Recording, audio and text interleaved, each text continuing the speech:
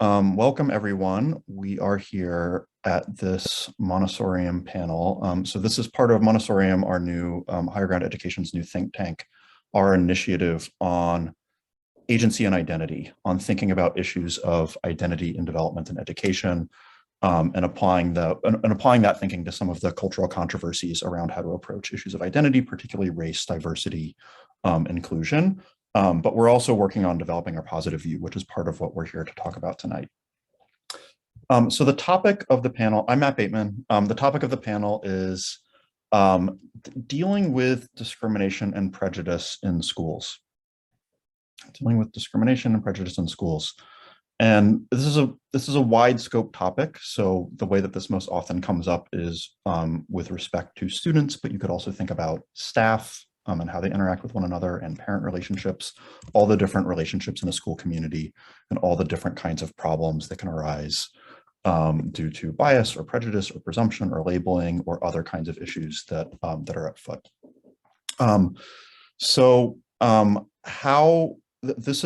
This issue of how to deal with discrimination in our communities and possible prejudice in our communities has been a live one for decades, and it's really sharpened and come into the fore in the last 3 to 5 years with respect to race.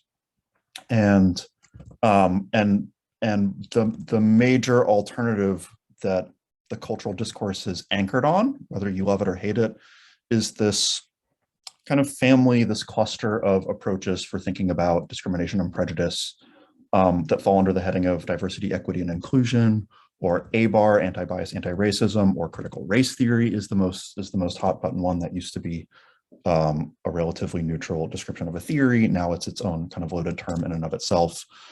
And this is a family of approaches, so they're not all the same, and it's even hard to kind of pin down what's essential to any one of them. But there is a common thread of approaching these issues from the perspective of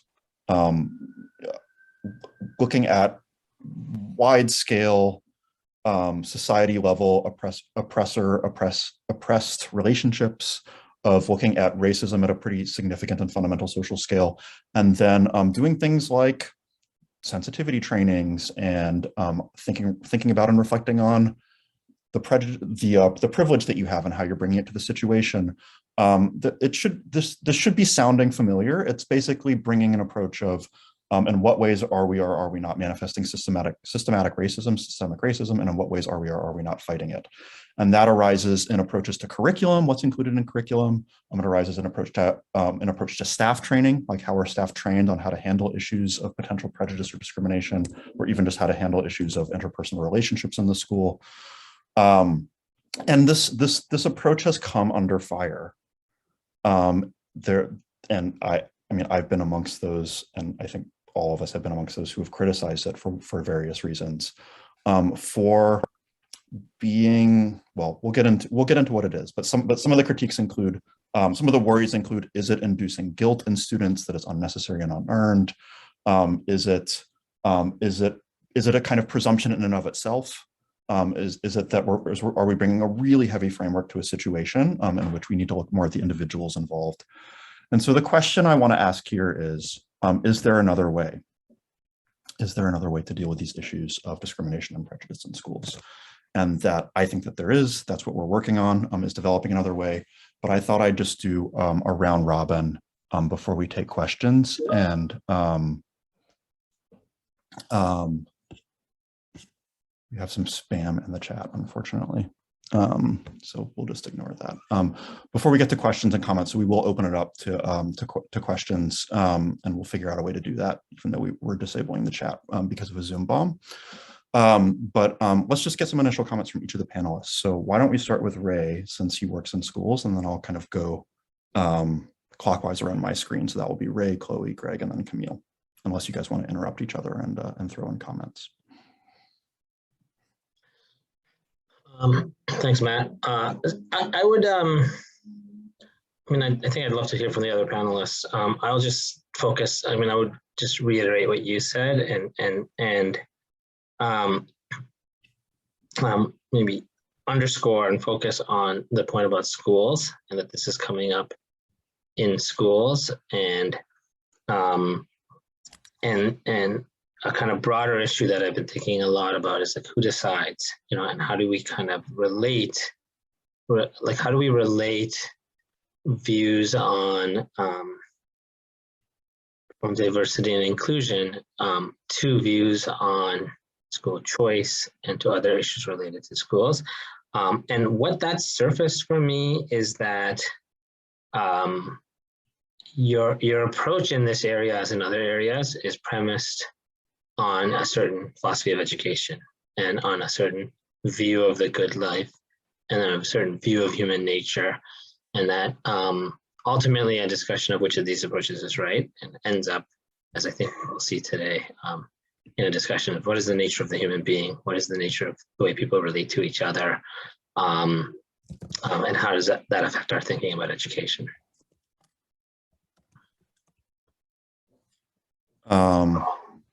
Okay, great. Thanks, Ray. I have a lot more questions for you. Maybe I can provide some comments on our approach, but Chloe? Sure, thank you.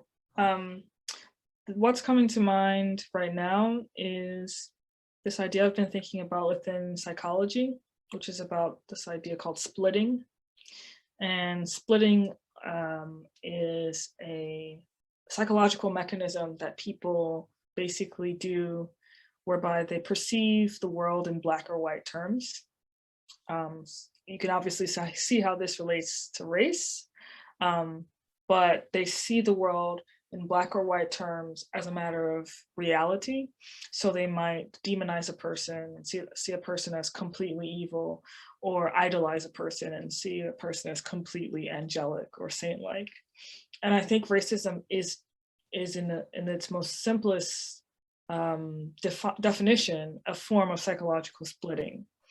And so any anti-racism program that inadvertently perpetuates splitting in its mechanisms and its practices will by definition perpetuate racism. So those are my thoughts so far. And you think that is something that happens, I assume? Yes, I think that is something that has happened of late by many contemporary, I would call it, us versus them forms of anti-racism that occur in the classroom and beyond. Greg? You're muted. With any initiative, with anything you're doing, you really have to think about why you're doing it, how it relates to your values, and not just values in general, but yours. Like, what's your project in the world? What's your project in this school? What's your project in this classroom? What are you on about? And you have to think about your goals in relation to that. And too often when we talk about racism or diversity or inclusion, it's from this social frame. The society's got this problem and we all together have to fix it. And then I think about what I'm doing as like one tiny thing in the society, nudging the society one way or another. And maybe, when you're voting, and maybe there are times when you do have to think that way about issues, but it's not how you have to and should, and I think can productively think most of the time. If you're a teacher in a classroom, if you're a person running a school, if you're a person making friends, if you're a person running a business, you have a particular project to do that you have reasons for wanting the kinds of relationships you want to have with particular people. And I think that has to govern how you think about what injustices or problems there might be in society and what to do about them. And so if you're a school and you're trying to cater to a wide variety of students, and you're trying to get more and more students, you have maybe a niche market now, but you want more people that aren't in it, right? That's a frame to think about diversity or inclusion from. We're not getting enough people. All our people are coming from one bucket. How do we find more people? That's a different way of thinking about it than I'm trying to solve all the world's problems. If you're someone whose pedagogy is, as the Montessori pedagogy is about, following the child, and you're trying to understand each child as an individual and what you can do to help them, and making sure that you're not just cookie cutter, like imposing some frame. They're a boy, they're a white boy, they're a black boy, they're from the suburbs, whatever it is, and you expect them to behave in a certain way. You have this idea of, I want to follow the child in all their uniqueness. I want to study them and learn from them and learn how to help them, right? Then that's the frame at which you look, through which you're going to look at these things in the classroom. And I think if you know what your goal is and where you're coming to the question from, then you can think about approaches to race, approaches to thinking about the whatever structures you think there are in our society and what role they're playing. You have to think about, is this helping me grasp and form a relationship with this person as an individual and understand and think of them as an individual, maybe by sensitizing me to things I might not have noticed or something, and preventing me from being insensitive in some way? Or is it becoming a kind of barrier between me and the person, that I'm seeing who I'm trying to relate to as a bunch of demographic checkboxes, and, you know, where were they born, what socioeconomic status, what ancestry? And very often, I think, thinking about race and class and gender becomes this kind of checkbox mentality, and it becomes a screen that's stopping you from thinking about the people you're interacting with. So there are contexts in which you might need to make yourself aware, and then people do need to make themselves aware, we all do, of, you know, ways in which other people's experiences might be different from our own, in which other people might have gone through things we haven't, or might have just a very different context than we do, so that we don't too readily assume everyone's got things like us. But then the real challenge of learning that and using that material well is to then not think of people as a collection of, I read a book about, you know, someone who grew up in this town, and so he's just like this student. You've got to bridge from that to, how do I think about human beings in all of their uniqueness, and use the few examples, data points, things I've sensitized myself to as a means to that, rather than a substitute for that. And that's what I think really the challenge is with thinking about all of these issues. Camille?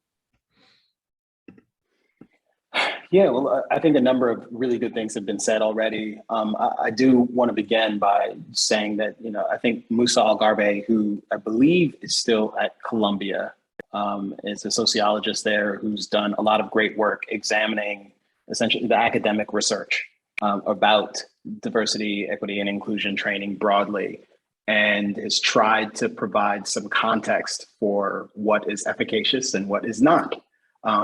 Separate and apart from, I think, what is the laudable goal of trying to create more positive, welcoming environments for people in a particular organization. Let's say, just talk about that broadly, that they are not subjected to, you know, racism, that they feel as though that there are clear mechanisms for adjudicating their concerns, and that in general, the organization is doing its best to try and hire and to include people from a broad cross-section of the population.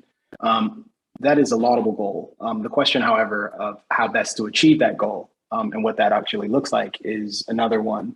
And it appears that most of the academic research that we have suggests that these programs are hardly just a boon, a windfall that is always successful in achieving the result of making people feel more included, that in many instances, a particular focus on race, gender, various other things that are particularly common for us to think about when we talk about diversity, that are particular focus on those things, and on implicit bias, for example, actually leads to a number of unintended consequences where organizations, as opposed to becoming more aware of this and correcting for these problems, can either become oversensitized and imagine that they find these problems in all sorts of places, and in other instances can kind of cultivate a kind of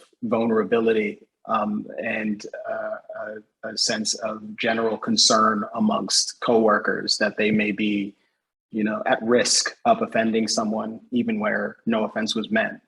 And I think one of the things that I've tried to do in my own organization is to encourage us to think in precisely the way that Greg was just outlining, about our own values first, and about our institutions' perspective on precisely what diversity is, and having a much more expansive notion of diversity than I think is generally consistent with what most people hear or think about when they hear the word, is something that's been very valuable to us. And it's a perspective that begins with the recognition that any institution where you have more than one person involved is likely to be diverse. You're going to have a difference of perspective amongst people, even if they're from the same places, and recognizing that diversity is going to be a feature of your organization, and something that you're going to need to be able to both, one, benefit from because of the various perspectives that are kind of at work in the organization. The two, you're also going to be able to manage the very likely conflicts that are going to emerge in an environment like that. There are necessarily going to be disagreements. So a perspective on diversity and on inclusion that is more focused on those kind of implicit realities of being in an institution where you've got a bunch of different perspectives and people who have to learn to work together successfully requires you to think a lot more about the institution's values, about the practices for navigating disagreement, and about the actual benefit of thinking about kind of racial discrimination or racial bias, for example, as something separate and apart from, the universe of other ways that someone might be a bad coworker or a bad manager and not be in a position to see their fellow coworkers and team members or students or customers as individuals with particular needs. So perhaps we can start there and then take the conversation a bit further. Yeah, I mean, a common thread between what you said, Camille, and what Chloe said, and basically explicit in what Greg said, is look, there's actually a worry that a lot of these approaches to DEI training actually make things worse, so that they cause you to lose sight of the individual. They cause you to simplify or essentialize the individual, as Chloe put it, as like either all good or all bad, or as Greg put it, they actually cause you to bring presumptions, and they kind of like serve as a block, like a checklist, through which something really overly simple and not adequate to human complexity and uniqueness, rather than seeing the individual in front of you, which is similar to what you just said, Camille, in terms of like it kind of oversensitizes you to certain things and it makes you blind to other things. And you've also all hinted at in different ways a more an approach that's following the child or more individualized or recognizes human complexity a little bit more.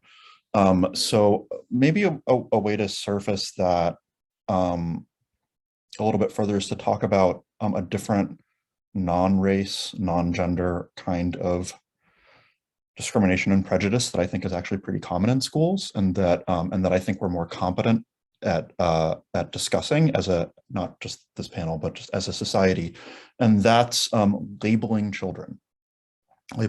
So if you've been a parent or have been anywhere adjacent to education circles, you probably know that like labeling a kid as like both positively and negatively, mainly negatively, but like you are smart or you are aggressive or you are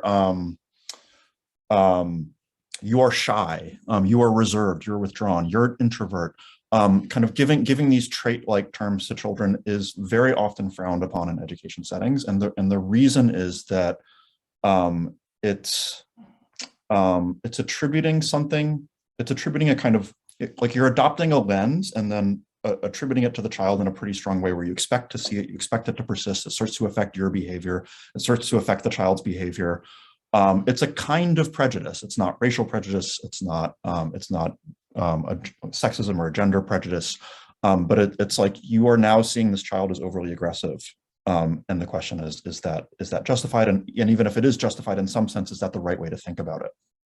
And the solution for that is different, actually, in the case of this kind of prejudice than in racial prejudice, as we've been discussing it. So the solution has not been like, we need the DEI of introverted students or whatever it is. It's been to, okay, like how can we think about how to connect with this particular student How can we think about how to shed some of these prejudices that we might have? If you've got a teacher who tends to think of boys as aggressive and good at math and girls as shy and good at reading, is there some way to kind of have the teacher cultivate relationships that undermines that actually connects this teacher with the students and gets them to see that these are prejudices, that these are that the teacher is bringing to the students rather than something that's coming from the students themselves?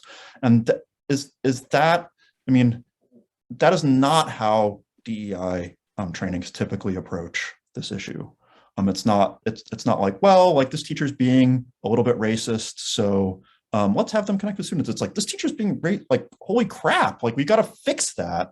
There's a kind of anxiousness about it, and then you start to bring in these other frameworks and systems. And is there something special with regards to race? You could bring in gender to any of the kind of particularly hot button sensitive topics, but I think race is the more interesting one. Or is it just like, no, the same reasons, it's the same issue, like the same issue why, like the reason why it's not good to label children is the reason why it's not good to label children racially, and we've just got to get underneath that by the same mechanisms. Well, Chloe talked about splitting before, this kind of tendency to bifurcate, right? And dichotomize. And one way in which I think we do bifurcate and dichotomize, not people, but issues, is the moral versus the non-moral, the moral versus the practical.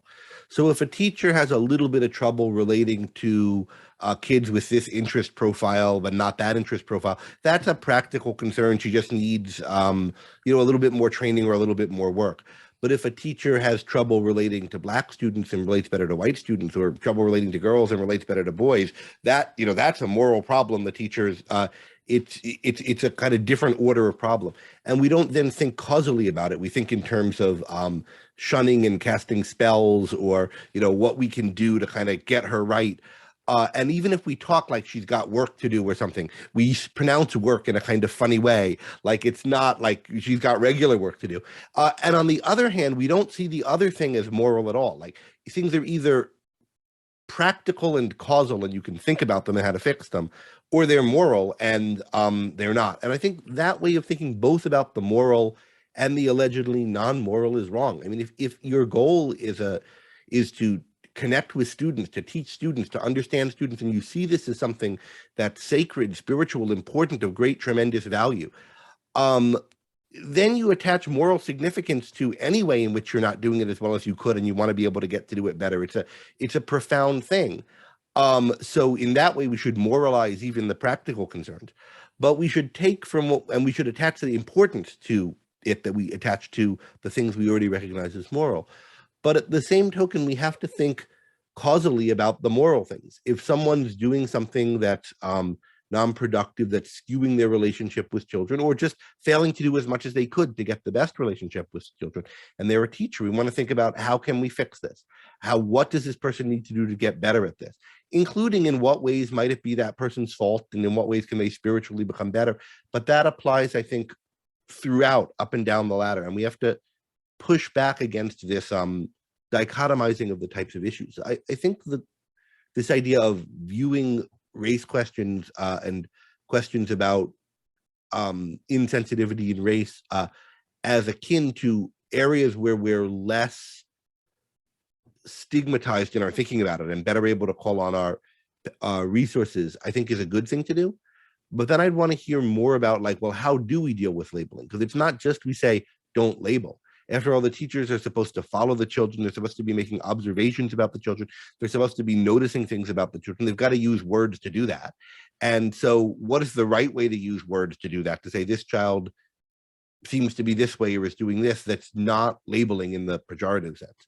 And then how can we, use that approach to cases where race or gender might be at issue? Well, I feel like all of this depends upon a conception of the self. And if you conceive of the self, if you conceive of the human being as exhaustible, as a kind of perfect fixed thing, as a kind of pre-societal perfect fixed thing, which I think Rousseau perceived the human being to be, then you will be threatened by this project that says don't label people or be aware of when you're labeling people. whereas if your view of the human being is inexhaustible and is as a kind of constantly growing, constantly developing, constantly changing, defined by, you know, complexity, then you will be less likely to get bogged down by seeing someone as a fixed thing.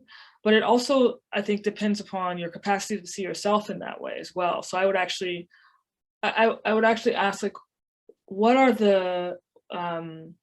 is the way in which teachers themselves or the guides themselves see themselves? Because that's also going to determine how they see the child under their care.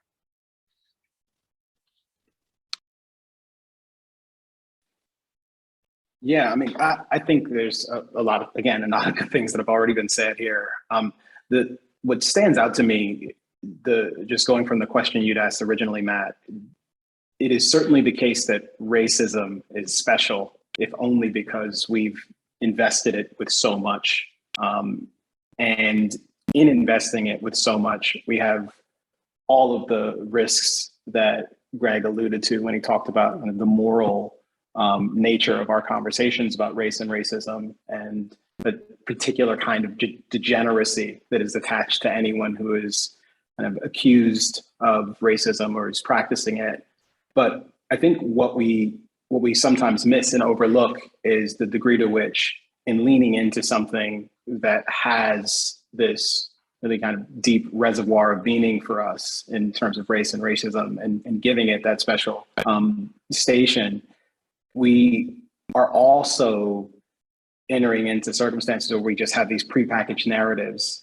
And when I hear an example, for example, like this teacher has a difficult time relating to Black students, it seems to me like precisely the sort of thing that people will say. The degree to which it's true is oftentimes a lot more dicey, I suspect.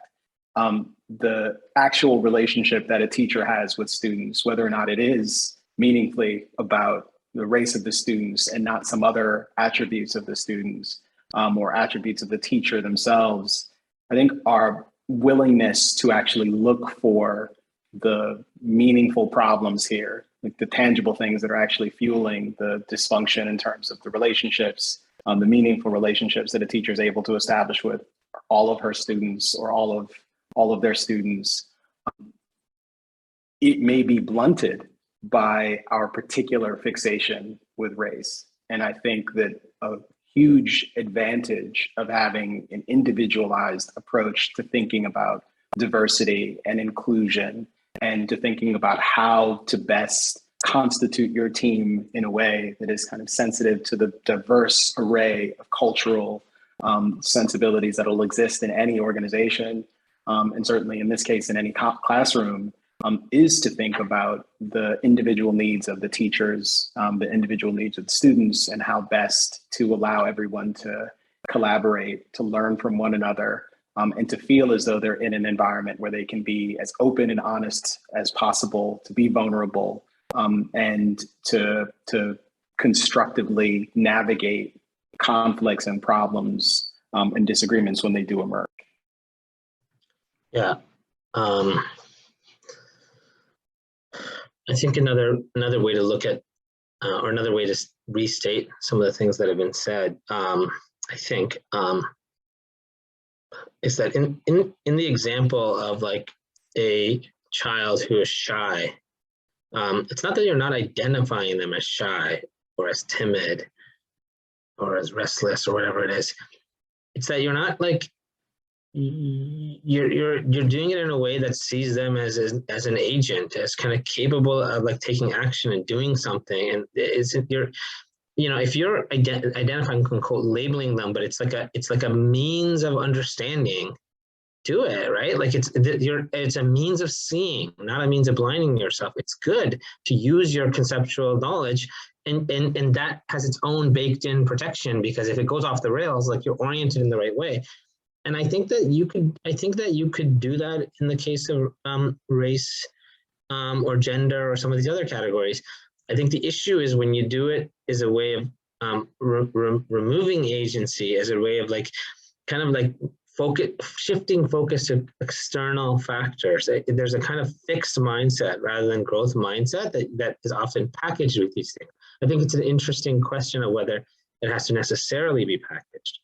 But I think it often is. And I think that's the problem, right? Like the problem is, are you seeing the individual and bringing all your knowledge, your experience, your skills, your intuitions to bear on fully seeing this individual human being in front of you?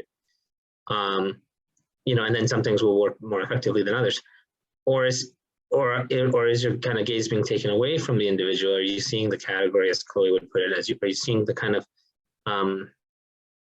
are you trying to see past the individual, or seeing the individual as a kind of an instance of some broader class? I think that part of what happens when you see the individual, and part of what makes this question tricky, is it's the individual embedded into a certain context, and the context includes cultural considerations and views on and habits. And so I don't think I wouldn't just rule out like this, you know, sensitivity or the value of a sensitivity or awareness of, like, you know, habitual ways that other people see things. There may be value in that. I think it's more about like making sure that your intent and your orientation is right. Yeah. So Shay in the chat is asking a question that I wanted to ask you guys anyway. I'm gonna you can read the whole. It's quite an articulate question, but I'm going to summarize it.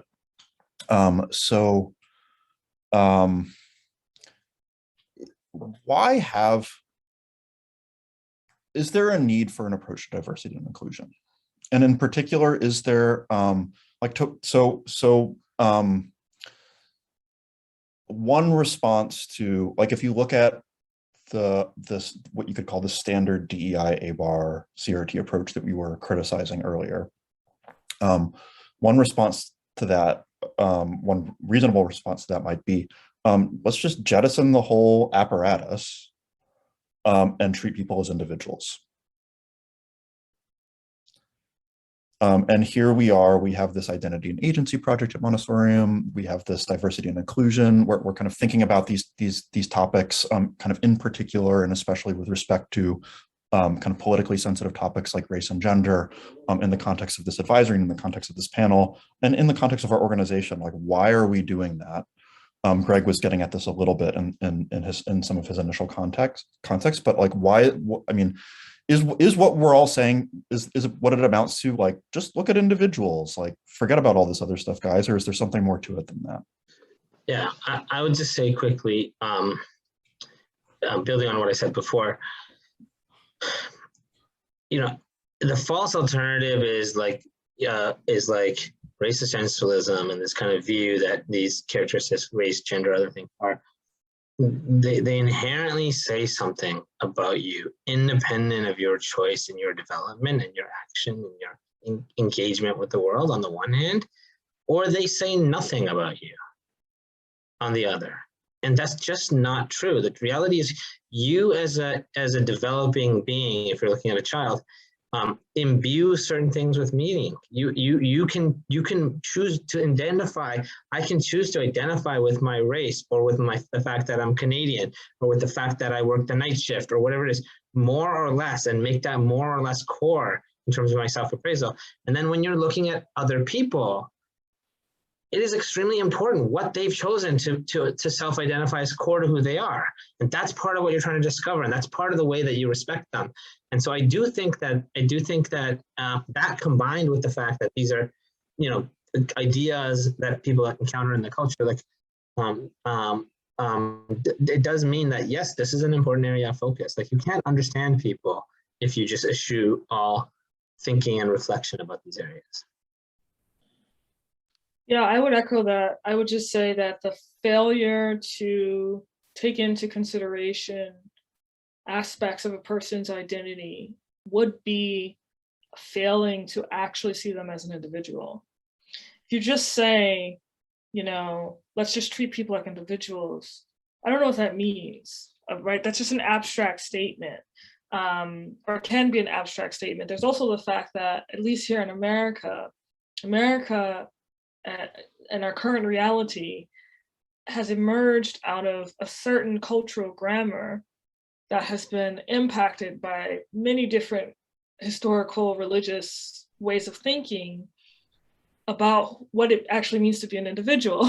And we're swimming in that cultural grammar, and we can't simply kid ourselves and think that we can dispense with that when we say treat people like individuals. So for example, what is the relationship between Calvinism? Many of the founding fathers of this country, or people who are certainly escaping religious persecution in Europe, were Calvinists, and they viewed reality in a certain lens and through a certain way, and they viewed themselves through a certain lens, and they viewed aspects or concepts of light and darkness in a certain way, which was imbued with religious language, and that inevitably impacts the way we see human beings, even to this day. Or you could take the example of the fact that also stemming from Calvinism and Protestant ideas in general, there was an association built up within this country between having access to wealth and having access to spiritual salvation, right? This is the cultural grammar in which we are still swimming, and which we conceive of the idea of the individual, to say nothing of Rousseau, who had ideas about the individual that I think we know now are just completely inaccurate, but we still sit with that cultural grammar. So this idea that there's this kind of blank slate, model with which we could approach understanding what it means to treat people like individuals, I think is ultimately flawed. And what we really have to aspire to do, and this is a practice, is to always be aware of the complexity of what it means to be an individual, right? And always be aware that we are, again, to go back to this, to try to combat the splitting concept, or the splitting impulse that we have, right? To always be aware that I as an individual contain multitudes, you as an individual, everyone on this call, including those who are asking questions, contain multitudes and multiple aspects of their identity, right? And so to be able to wrestle with that, relate to that, acknowledge that, and point that out is not an affront to this idea of treating people like individuals, but I think ultimately honors that in the end.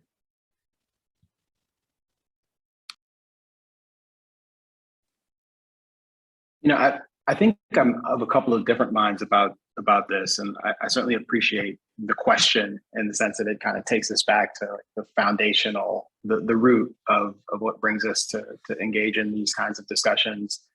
It is the case that if you have an institution, say a school, for example, you have an interest in attracting employees, finding great team members, and you are serving a particular audience. You've got the students, you've got their families, and relationships between and amongst all those people. And the reality is that whatever your institutional perspective on the centrality of an individual's identity, kind of meaningfulness or lack thereof of racial identity, like, people are going to approach these things in distinct ways. And there's going to be some kind of cultural perspective on diversity that it's necessary to engage with so that you can talk in that shared language that Chloe was just alluding to.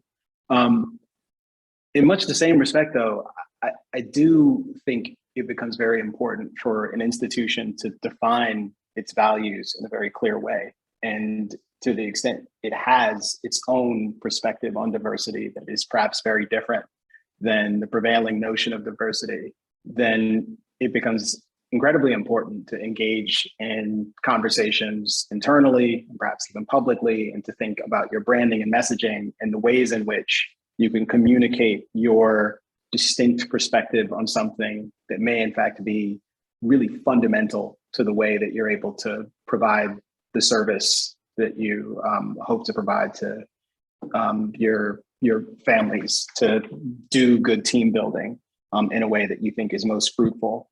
And the reality is that we can differ from one another in an infinity of ways, but we tend to focus on a couple of specific ways in which we're different from one another.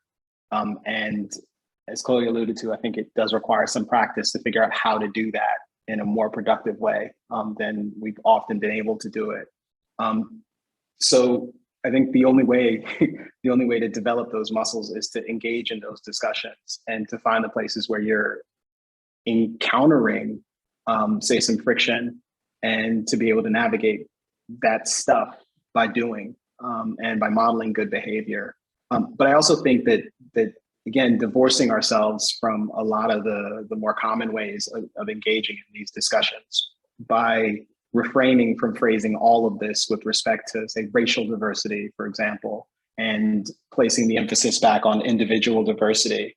I think it gives us a real opportunity to have more fruitful discussions about these issues and to, again, to illustrate the values that we say may want to be able to deliver to people in the context of whatever kind of product or service we're bringing to the market. Yeah, I would just say before you jump in, Greg, just to directly answer Camille's point, like, I think we, Higher Ground, Guidepost, ATI, we, as an organization, have a very substantive view, and that cuts off a lot of things. And the substantive view is that what matters is the individual's developing capacity to make choices, and everything that goes into that. And so I think the point that I was making is that, the context in which that occurs and understanding, especially when you're talking about a developing child or teenager, the range of choices that are permissible, that are, quote, healthy, in development, I think means and demands a kind of an awareness and a sensitivity to these issues. Whereas, like, with other adults, I think you can legitimately say, like, people can choose to imbue more or less meaning into, let's say, their race or their gender, and you can have different views. Like I may have a personal view that, like, people that imbue more meaning and attribute more to that and self-identify that with that more, are less aligned and are less, preferable to me than people that do less, right? Because that's my take on it. I don't think in education that's appropriate for an educator to do with a developing child. I think we're very much focused on the kind of first part of that, which is like enabling and empowering the capacity to self-create, and less on, less on trying to nudge in specific directions, without denying that there is a range. There are unhealthy, there are things outside the range that are unhealthy. A few thoughts just I want to add, and some of this is picking up on what Chloe started to talk about. If you say, I just see people as individuals, and then I'm not interested in any of the particular respects in which they differ, or I'm equally interested in all of them, it's not clear what it means then to see them as individuals. Like, seeing people as individuals isn't magic. It doesn't magically solve every problem, and it doesn't magically just happen if you clear your mind of some prejudice and then suddenly, oh, I see, seeing in general, understanding, knowing in general is something that takes work. You have to learn how to do it. And in particular in education, part of the discipline of Montessori is you have to learn how to observe the child, how to follow the child, how to get a bead on what's going on with this child. And in general in life, we have to learn how to understand one another, to notice things about one another, to put the things we notice about one another in context so that we're seeing what's important is more important, and discarding or minimizing the things that are less important, right? That's something that takes work.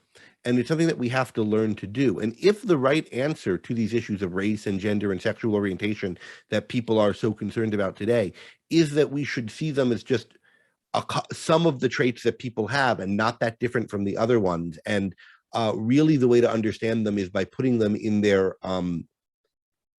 context of understanding the person as a whole individual, and these are just some facts about them that may or may not be relevant, right? If that's the right approach, which I think it is, that's something one has to learn to do, and one has to learn to do it today in a context where there's a lot of noise about these particular traits and how you should think about these particular traits. So there might be some relevant actual facts about how to think about them, and I'll say something about them. But there's also the fact that we're bombarded with, hey, this one's black, this one's white, this person's gay, this person's cis or trans, and you have to worry about how to, and if you don't think about, well, how am I going to approach that so that it's of a piece with my thinking about other things about them and it doesn't steal the show as to who they are, then you're either going to kind of have this uncomfortable, oh, he just happens to be black and you're not, it feels weird to even say it, or he just happens to, or on the other hand, in which case you're treating it the way other people treat it, but you're just being quiet about it and uncomfortable. Or else you're going to say, he's a black man, and this is the most important thing about him, and then you're putting on airs about it. So like, how do you not do one of those things in a world where the world is pushing you to think about people that way? And so many people around you are categorizing them in one way or else rebelling against that inarticulately. How do you put it all into context? And then the one thing to think about now, picking up on something Ray said, right? Ray talked about, well, you can imbue these things, your race, your sexual orientation, your family's country of origin, whatever, with more or less import. And that's true in your own self-identity. But there's an extra feature of the categories that are talked about today under diversity, race, gender, sexual orientation, a few other things, right? Which is, the response I think a lot of people would give to what Ray said is, yeah, fine, don't think it's important about you, but other people will. The cops will, people giving you a loan will, other people are going to view you this way. And so you can't, even if you don't identify as black or Indian or Canadian or whatever, try telling that to the person at the border. They're going to care who's checking the passport. So what these things have in common is they're categories that matter to how a lot of other people treat you. Other people view them as important, and therefore they're going to have a potentially outsized role in how you're treated. And I think that's what unites the categories that are thought about in DEI kind of situations, that are thought about as, potentially protected minorities on this or that scale, or protected attributes. And what's the wider heading to put these things under? Well, they're features of us that might be accidental, that might not be that important in their own right, but that may have an effect on how we're treated and on what experiences we have. And then what other things in life are there like that you have to think about when appreciating somebody, when trying to figure out what they're about, what they're coming from, what you might need to notice about them. So I would think of a lot of these things are things like, you have a student who's just moved, or an employee who's just moved, right? That's maybe not, some people, that's part of their identity. It's a big, like, I'm the guy who's just come to Austin and I'm going to make a big deal. And the first thing out of my mouth is how I just moved here. And I'm going to make, other people aren't going to make a big deal about that. And that's one important difference among people who've just moved. But there are going to be experiences, potential problems, things that people will have in virtue of having recently moved, that, it might be useful to know about them. And then to think about, like, how big a deal is this? And there are just a million things like that are, someone's likely to have some common experiences in virtue of this trait. And then they're going to process them very differently in virtue of their other traits and the choices they make. And I think we have to think of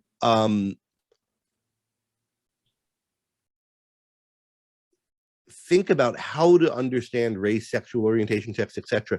In what other traits, what other things you might notice about someone are like them or unlike them in the respects that are relevant to what you're interested in. What experiences you can or cannot assume they've had, what differences there might be among how they would process, even if there's common experiences. What things will they have gotten opportunities to do that other people wouldn't, etc. And then there's a kind of process of learning to integrate that into how you view a person. Yeah, so I just have two quick thoughts to add, which is one of which flows into this question from Julie. So one is that, there's this Baldwin line. I'm gonna kind of paraphrasing it here, that race is a lie. And that's my view. But I also think that view does not mean it's not like race is a lie, and so let's jettison the whole thing and never think about it again. And I don't think that was Baldwin's view. It's a complicated the lens of race, the category of race, how the kind of folk think of it, how it kind of exists in the culture. It doesn't have any biological reality, but it has effects, and it wraps up and conceptualizes things that are very real, kind of cultural and historical things that do matter, and things that matter to people. And even insofar as it's a lie, it still has effects, and people think about it and engage with it. And it's an outsized lie that has had an outsized effect on the way that we conceive of ourselves as a society. I mean, for that takes work to untangle, and it takes work to relate that to whatever your positive view of identity is. And I think it is special work. It's like you're hiking through the Appalachian Trail and you've come across a thicket of thorns, and you could think of that as like, oh, you're just like walk around it like it's just hiking, or you could think about it as like, okay, I've got to stop and solve this problem. Like that's how I kind of think about this issue. It's that there's a thicket of problems here, and it's going to be tricky to untangle, and it's going to manifest in special ways in our schools. So one way that it manifests, and this gets into Julie's question, is, and this is not at all the only way, but one way is people care about this issue. Staff care about it. Parents care about it. Parents reasonably don't want to, I mean, like it's very, so I'm in New York, and it's very common for parents to have the concern, like it's a white parent with white kids, and they're like, I don't want to send my kid to some lily white school where there's going to be no diversity, and they're going to be around a bunch of kids that look like them, or maybe there'll be a couple of model minorities. I want genuine human diversity. I want them to get exposure to a range of people who look different, who are from different cultures, who might speak different languages, who have a range of experiences, and race is part of that. I mean, kind of race is part of that conception. So what do you say to that? How do you think about that issue? How do you think about what do you think about that as a school? Do you just think like, no, like we're colorblind, like we don't think about that issue? Or do you think that there's a legitimate concern here? And how do you speak to parents about it? I mean, that is one very particular, narrow, special problem that I think, just as an example of like, how do you think about that issue, that having a diversity and inclusion project will help you answer. So this gets me to Julie's question. So Julie asks, I would like to know how diverse is Guidepost as far as students and staff? Maybe Ray, you can say something about this and then I'll say something about it. How diverse is Guidepost as far as students and staff? And is there anything being done to help diversify Montessori education? Yeah, I mean, I would say that our schools tend to reflect the demographics of the communities that they're in. So the ones that are in more communities with more ethnic diversity, you tend to see that at the school, and the ones that are in communities with less, you tend to see that in the school. I think to some of the things that Matt was saying, this is, kind of thinking about diversity is an important value of the organization. Trying to increase the diversity of student body in artificial ways is not a primary focus of the organization. Increasing access to Montessori is a primary focus. Like, how do we get this, how do we, both in terms of how do we get the cost down and how we get this cheaper and how do we bring it to more people? And how do we educate and build bridges to populations that maybe do not understand Montessori? Like, so for example, a simple thing, in African-American communities, the word academic is viewed much more positively when you do surveys. And I don't know how much it maps onto income and kind of socioeconomic class, but than in other communities, right? And it tends, and I think it tends in immigrant communities as well. My guess is that the communities in which we flourish have a certain ambivalence about the view academic. And so if our advertising and if our outreach is assuming, don't just focus on academics, focus on, let's say, like the kind of holistic view. And we're not educating ourselves about how that's going to be interpreted in different communities. We're missing an opportunity to build bridges to people that we want to, children that we want to reach. My goal is to reach every single child I can. And it's a numbers game, it's a volume game. And it's only in service of that I want to reach every, children in different ethnicities. It's not a separate goal than bringing this to as many children as we can. Yeah, I would just add to that in Montessori education, in the Montessori movement more generally, this has been a concern, particularly in the US. part of what I think, there's a reasonable thing that animates that concern, and there are unreasonable things that animate it. So I'm just going to speak to the reasonable thing here, which is that even though Montessori was developed in the Montessori method was developed in very adverse condition with extremely disadvantaged children.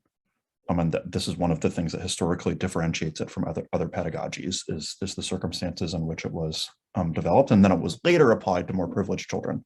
And so it's always been kind of specially suited to have claims to universality and to being able to reach children in very difficult circumstances.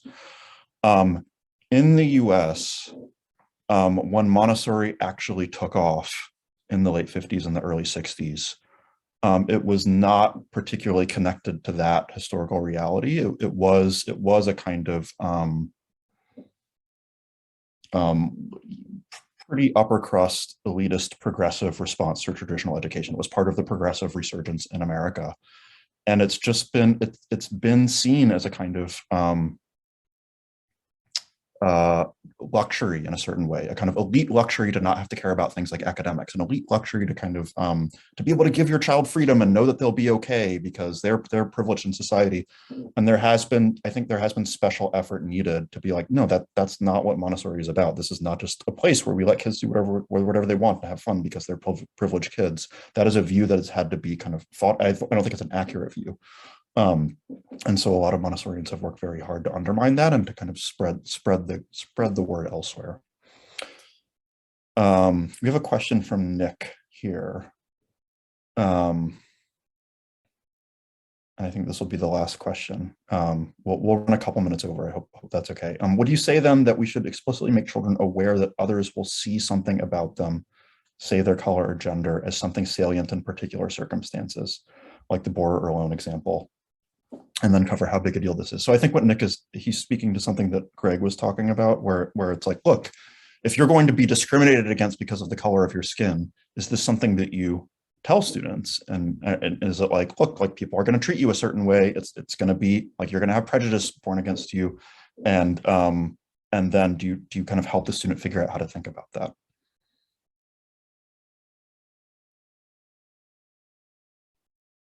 You're muted, Greg, if you're talking. I think you are. I don't know. I would be worried about front loading things like that. On any issue where someone's going to possibly face an injustice or an adversity. Here's all the things that might go wrong in here. What you want to do is ensure that you're giving students the skills they need to understand the situations they're encountering, whatever they are, and to process them and think about them and put them in a wider context. And then how you do that is a pedagogical question. I don't know the whole answer. I don't know. I mean, I'm someone who teaches college students and I have a toddler, right? So there's a lot of in between college students and toddlers where most of this issue would come up. And so I've not been having to deal with someone's first encountering of any kind of injustice, right? Whether racial or otherwise. But at some point, students are going to come aware of injustices that they're encountering in their lives or that other people are encountering. They're going to start thinking about them. And the question is, how do you, and again, this is whether it's around race or sexual identity or anything else, there's going to be the first time these questions come up. So what do you do and at what ages to put people in a position to think well about that, to think about what is up to them and what isn't, what choices they have, and how they can not let something that's happened to them define them, but think about how to productively use it to make them better or to transcend it, right? And what kinds of things do you do for that? Well, I think you teach literature. That has to be one of the things you do. You teach history. You teach how different people have dealt with different circumstances. You try to provide the students with a kind of historical context and literary context they could use to think about the range of what can happen to a human being and what human beings can do about it, and then where they fall into that, and then to where what they're experiencing falls into that, and how much you talk about their own situation, what things are good scaffoldings for that. That's going to depend a lot, I think, on the different ages, and I don't have enough experience at enough of the ages to, I think, talk meaningfully about it. I think, you know, Ray, you've been a classroom educator at a lot of different age groups, so you might have more to say about that. Yeah, I have a bunch to say, but I'll let Camille and Chloe go first. Camille, I don't know if you've thought about it because you do have children as well. And then I'll close off with some comments. Yeah, I mean, there's obviously a great deal of concern now societally about particular kinds of disadvantage or discrimination that someone might suffer. But I think that the appropriate place to put some emphasis is on the affirmative values that we actually hope that children will learn, and cultivating self-esteem on the basis of the right kinds of attributes becomes all important. And to the extent you can do that in a proper way, it seems that you're actually inoculating kids against a broad universe of potential things that they may encounter. Someone who just doesn't like them on account of their appearance or the way they talk or the way they dress, or because it's Wednesday and they had a bad day, so they're treating you in a nasty way. It seems to me that the very best thing that we can do for children is to be sensitive to the need for us to cultivate a sense of self-worth that is very healthy and well-nurtured. And it is certainly the case that depending on the particular circumstances, you may in fact want to address some very likely issue that they're likely to encounter. Say a child has some sort of very prominent speech impediment, for example. I could appreciate that, but I don't think it's hard for anyone to imagine that there is a degree to which there can be a lot of over-concern there, and that one can actually, with the goal and aspiration of making the child more robust to tolerate the abuse that they might face, you actually cultivate this really deep sensitivity that makes it impossible for them to get ahead. So the circumstances ought to dictate it. There ought to be some consideration and because of that, there ought to be some consideration of the capacity we have to overcorrect in a direction that actually is disadvantageous to the student.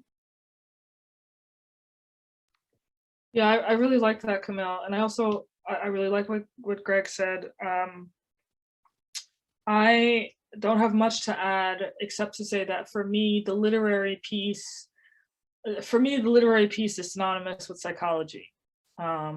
I got a great deal of richness from taking English literature classes in high school and in elementary school, and really saw human psychology explained and depicted in literature. And I don't think that should be underestimated as something that's really incredibly powerful in creating the capacity for empathy, creating the capacity for human connection, capacity to see complexity.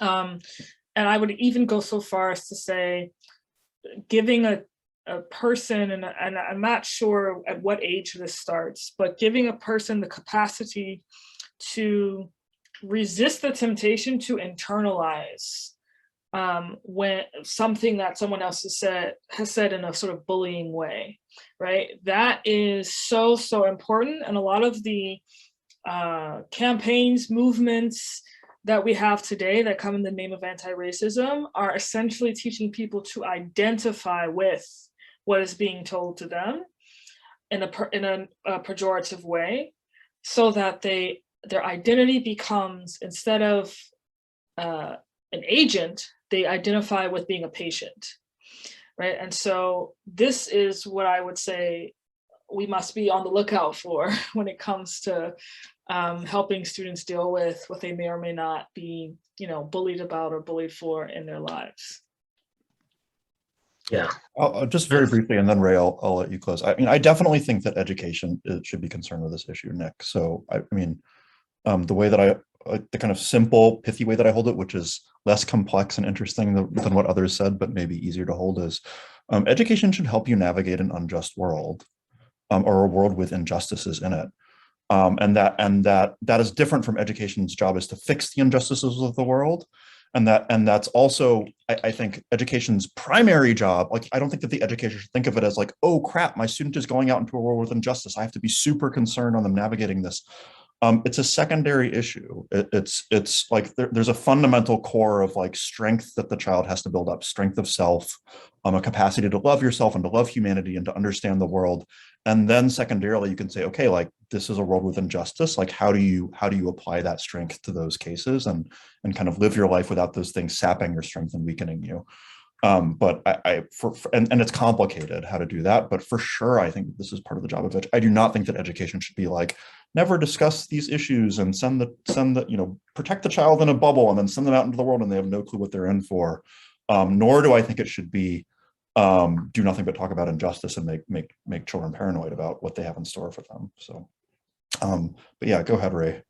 Yeah, if you just look at the developing child, the tools that a human being requires to succeed in the world are general and are human, and like part of the point about literature is an important tool, as Greg and Chloe said, like because it gives you access to human psychology. It gives you a menu of different types of human beings, so you're not limited to the ones that happen to be around you in terms of your conception of what is possible. Work is an important tool. As I've said in the past, like we believe that the sense that you're capable is more fundamental than the sense that you belong, and that belonging is subordinate, or downstream from capability. And if you understand that appropriately, it doesn't mean that belonging is not important, right? But what's fundamental is your sense of your ability to act in the world, right? And your ability to take care of yourself in the world. So it turns out that the things are pretty general. And I think that when you look at age, I do think with the younger children, the danger that Camille's pointing to. There's a danger of over concern that is much more of a threat today than danger of under concern. So that I think has to be the lens at which this is looked at. Now, there's also the context of where. If you're in a location where there's gunshots outside or where there may be an earthquake, you say we're not going to talk about earthquakes because that doesn't come up in our science curriculum when there may be an earthquake tomorrow. Like it's ignoring the reality. And I actually think that in some ways it's like COVID, it may even be pedagogically inappropriate, against a black backdrop where there's no context. But when you bring in the context to not talk about why everyone's wearing masks or what's happening, in the early days of COVID, it would be odd. It's just too influential. Now, and this is where the controversy is. The question is for, the school that my kids go to, the school that Camille's kids go to, how much is it so pervasive, the injustice, that you have to make an exception? And I think this is what we have to debate. And my view is like, there are many places where it's in a child's face, they're going to experience it and you have to kind of incorporate it. And then there's many places where it's not, like it's not that present. And it's our preoccupation with it where we keep bringing it in and we keep emphasizing, the race of the characters in the novel, when none of these 6-year-olds or 7-year-olds care, and they're not thinking about it, and they're all identifying it. I mean, the fact that my 7-year-old identifies with Moana, I don't sit there and talk to him about how she's a girl and not a boy, and what do you think about that? And that's okay that you still identify with her. She's not even thinking about it in those terms, and it'll naturally come up in the course of, especially into adolescent, the kids are going to be all over this, right? Like, and they have to have access, but we push it down. And in general in education and into elementary education. And I generally think the tendency to do that is misguided. Okay, thanks everyone. I think that's a good note to end on. So as I said, this is part of our initiative on identity and agency, which you can check out on Montessorium.com. Did I forget to introduce everybody? So this is our advisory panel, the amazing Camille Foster, who is a partner at Rethinking Media, Chloe Valdery, who is the founder of the Theory of Enchantment, which is something, whole anti-racism curriculum that actually implements a different approach that if you're interested, you should look into it. Greg Salmieri is a philosopher at the Salem Center at UT Austin, and Ray Gurn is the founder of Higher Ground Education.